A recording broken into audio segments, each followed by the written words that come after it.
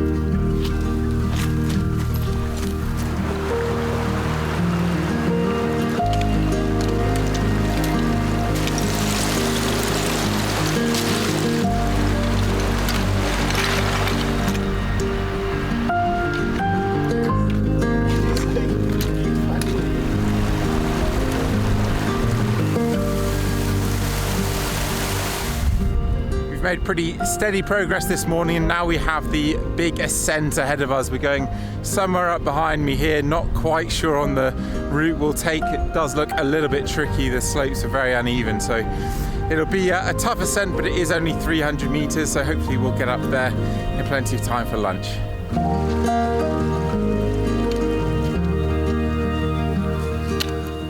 I think this man was only 30 years old because he moves like an octogenarian. This is very much an adventure, and that does mean that sometimes we're picking routes that aren't safe and we have to come back down.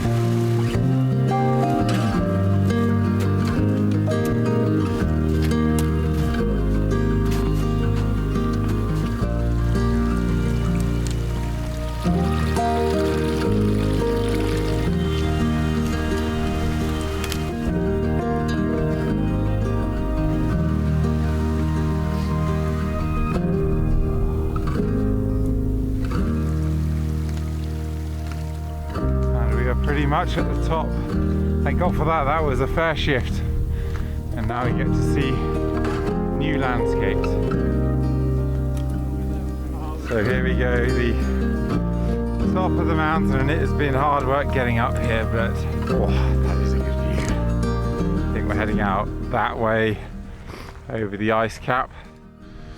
I just sat down to have my lunch, but the rain is coming in, so I'm going to try to get a shot here, in particular because I'd kind of like to record a photo of the route we're about to take, so looking towards the ice cap here. But also there's some rather nice foregrounds here, and in particular this area of what I assume is rhyolite. You can see these wonderful colours in the rock. Really lovely foreground. So with this kind of image, I think I'm more interested in the foreground than the background, ironically. So I'm kind of going to try to compose foreground first and make it really quite a strong feature of the image. Well, actually, I probably do want that longer focal length, just to make sure that the ice cap is a really prominent feature. But yeah, really lovely, and I will have a play with different focal lengths, because you can see here as I zoom out and move closer to the rocks, I can control the scale of the ice cap relative to these stones. So that's a really important skill to have compositionally as a photographer. So yeah, I'll have a little bit more of a play and I will take my image.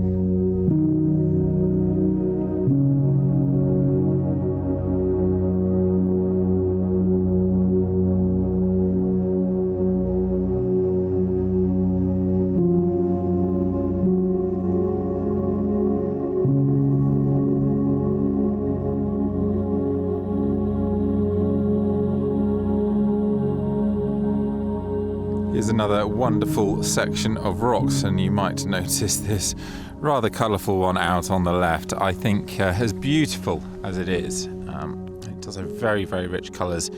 Difficult to find a way to compose this, to be honest, because I think it's almost too much for the scene. So I'm going to focus on these rocks on the right. and particularly this crack in the center of frame here. And I think it's going to have to be a portrait frame so that I can align interesting portions of the view with a section of the rocks that is still going to create some balance. So I'm going to end up somewhere around here, I think, with a crop of what would be the center of the frame as you see it. And I think that will work well, but my only reservation being that there's a little bit of space in the middle between those rocks and the hills. But again, the star of the show really is this fabulous geology.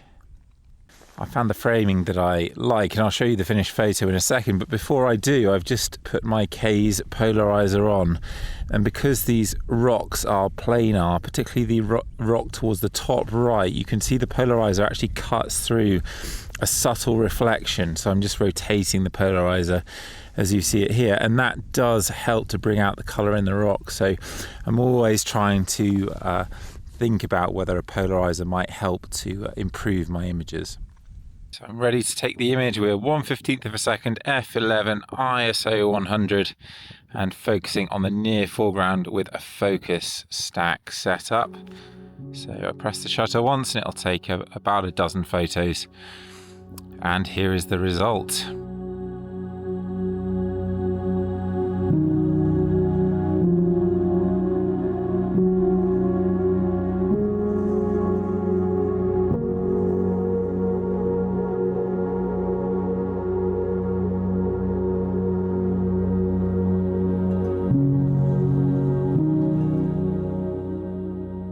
We need to get hiking because we're only halfway through our day's hike today, but I couldn't resist shooting one last scene of these lakes in the background.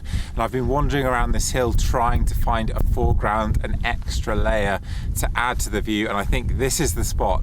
This is actually obsidian that I'm stood on here, this blue-grey colour that you see, so it's volcanic glass and very pretty in of itself, but as an extra layer for this wide scene, I think it's going to work very nicely.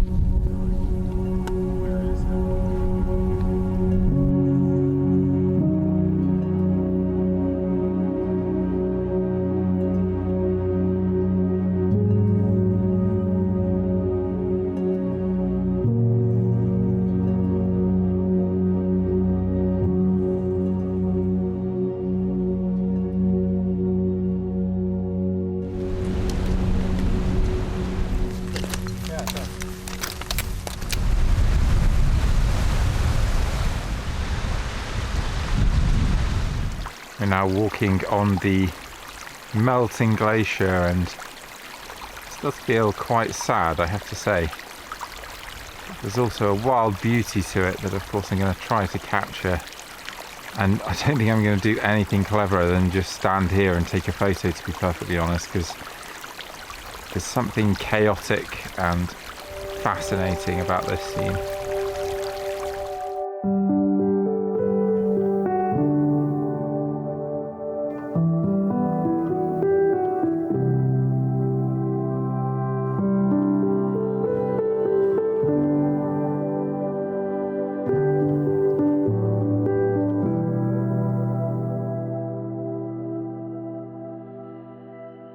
We've just stopped off at this small remnant of the glacier, and I'm going to have a proper explore here. There's some amazing patterns, so I'm going to head up left first, but then we'll see if we can walk onto the ice itself and get close to some of those lines, because I'm sure there'll be an interesting image here. So I don't quite get the patterns here that I did lower down, so maybe this wasn't the best move, but what a crazy view this is. I'm trying a new approach, walking on the ice to get to these lines up here. It's actually not too bad. There's obviously a lot of air in the ice, so it's not too slippy. Maybe be a bit harder coming back down, but I'll worry about that in a minute. Now that's what I call leading lines. Now I think what I need to do here is just step off to the left or the right, probably the left, to create a bit more motion in the near foreground, so more diagonal lines in the foreground, and take a slightly lower position perhaps to generate a bit more perspective, and leave out distractions like that rock on the left. I'd really love to explore this more extensively, but actually this is just really hard ice. It's incredibly slippy. Although you can't see, I've got my camera bag and my tripod tucked under my arm, and I can't even set them up really or put them down because I'm on such a steep slope here. So I'm going to be shooting handheld, but hopefully you can see this composition. I love this boulder perched on top, and yeah, if that falls, that will, it looks like it's on a straight line to hit me, I have to say. But there's a curiosity to that rock just there on the ice, ready to go onto its racetrack. And I think if I put that at the very, very top corner, something like this, that's a really interesting composition. Seems like I can make this shot work best by using the very unorthodox trick, which is to simply raise the camera far above my head to get a slightly better perspective. So that's what I've done, and here is that photo.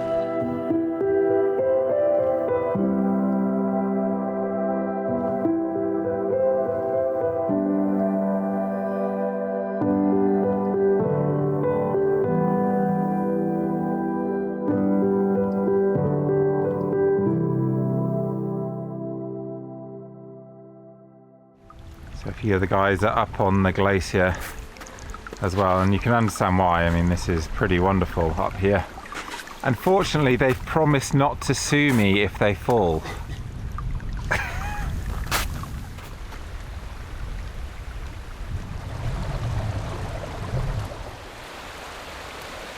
We only just started hiking again, but we're going to have another photo stop, because look at that. Such amazing colours. And lots of texture there too.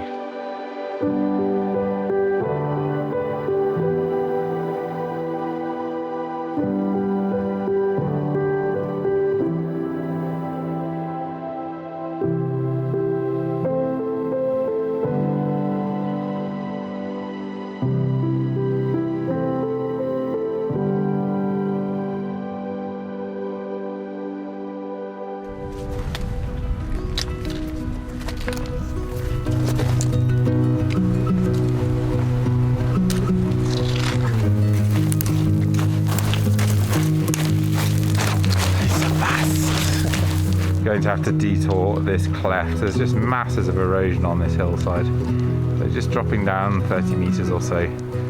This is some of the most brutal walking I've ever done. The retreat of the ice here has absolutely devastated this hillside, and the erosion is really significant. We're constantly having to navigate these trenches.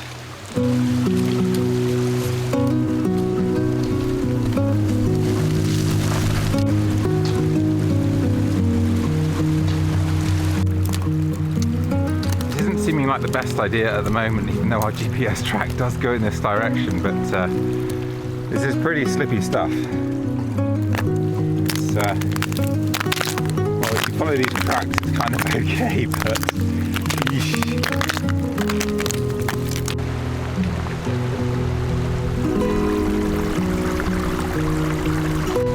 so there's no doubt that this is dangerous walking, but how epic is this?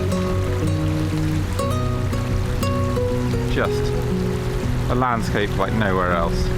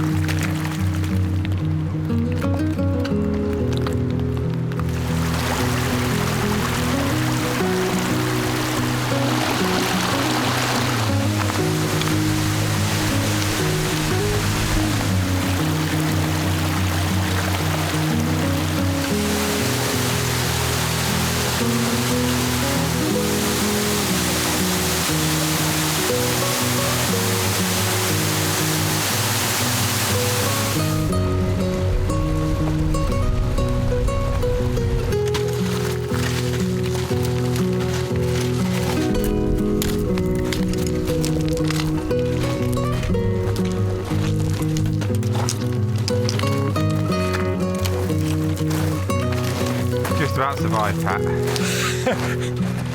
So worth it.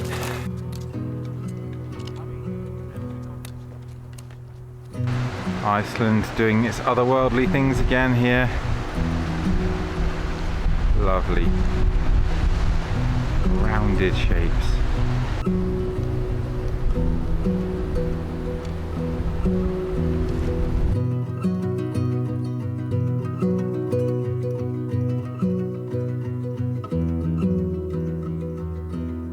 Yet another lovely scene. Of course, I've taken a still here, but I think what's going to be even better is a video of the guys walking down the ridge. What a stunning route.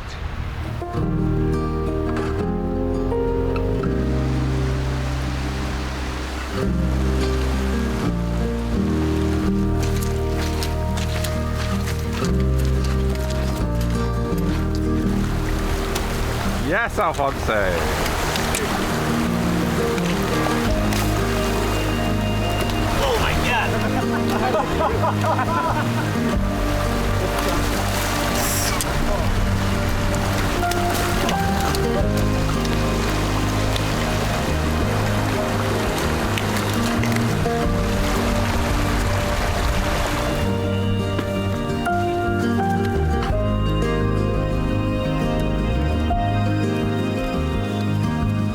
Just got a view of the valley that we'll be camping in. It looks absolutely idyllic.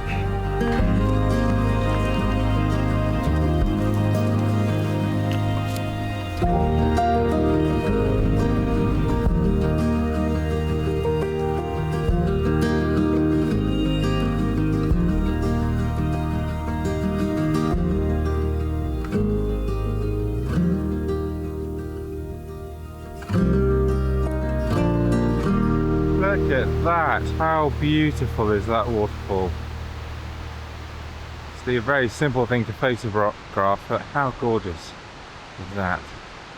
So hopefully you have enjoyed the video. We're going to wrap up by photographing the scene behind me, but if you have enjoyed it, please do consider subscribing to my channel and leave me a comment below, and I hope to see you in the next video. So here is the wider scene, and we have lots of sweeping lines and this amazing array of colours. But I think I want to emphasize that color contrast and leave out the sky, leave out the second rapid there, and just have this waterfall as a very prominent detail in the top left corner of the image, and make the most of these fabulous blue colors. Really special scene to finish on this. So our settings are 1/4 of a second, f11 and ISO 100, just a single shot needed here, and I'm using a polarizer because it helps ever so slightly. And that is the image.